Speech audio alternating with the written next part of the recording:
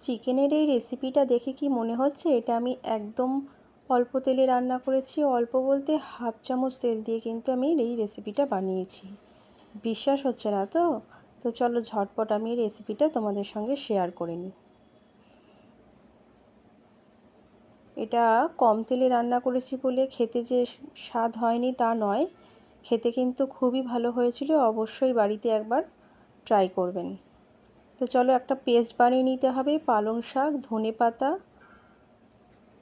রসুন, আদা আর একটা কাঁচা লঙ্কা দিয়ে পেস্ট বানিয়ে নিয়েছি। ঝাল খেলে একটার জায়গায় 2-3টে লঙ্কাও দেওয়া যেতে পারে। এরপর পরিমাণ মতো চিকেন নিয়ে নিয়েছি। এর মধ্যে দিয়ে দেবো সামান্য পরিমাণ নুন আর লেবুর রস দিয়ে 15 মিনিট মতো আমি এটাকে ম্যারিনেট করে সাইডে রেখে দেবো।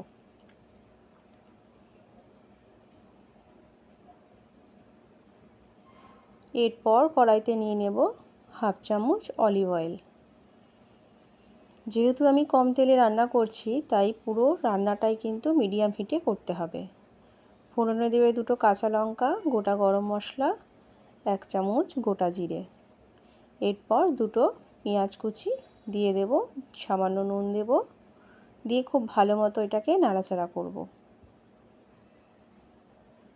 এরপর অ্যাড করব 1 চামচ রসুন বাটা। চিকেনগুলোকে দিয়ে খুব ভালো মতো নাড়াচাড়া করে মিডিয়াম হিটে আমি ঢেকে দেব। মিডিয়াম হিটে রান্না করলে কিন্তু চিকেনটা খুব ভালো মতো সেদ্ধ হয়ে যাবে। এরপর ঢাকনা খুলে দিয়ে দেবো 1 চামচ হলুদ গুঁড়ো,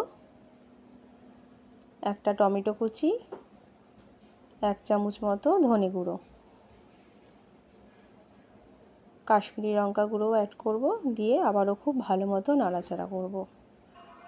এরপর সামান্য গরম জল অ্যাড করব, দিয়ে আবার এটাকে আমি কিছুক্ষণের জন্য ঢেকে রাখব।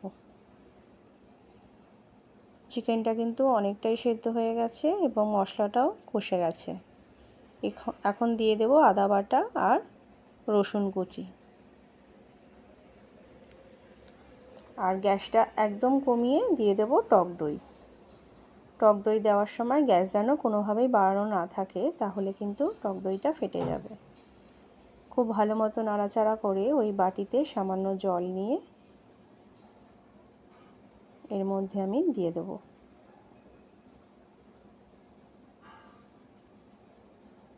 আবারও আমি এটাকে কিছুক্ষণের জন্য ঢেকে দেব। ঢাকনা খুললেই দেখা যাবে টক দইটা থেকে কিন্তু খুব ভালো মতো তেল ছাড়তে শুরু করেছে। এরপর আমি পালং শাকের পেস্টটা এর মধ্যে অ্যাড করব। খুব ভালো মতো নাড়াচাড়া করে সামান্য জল অ্যাড করব।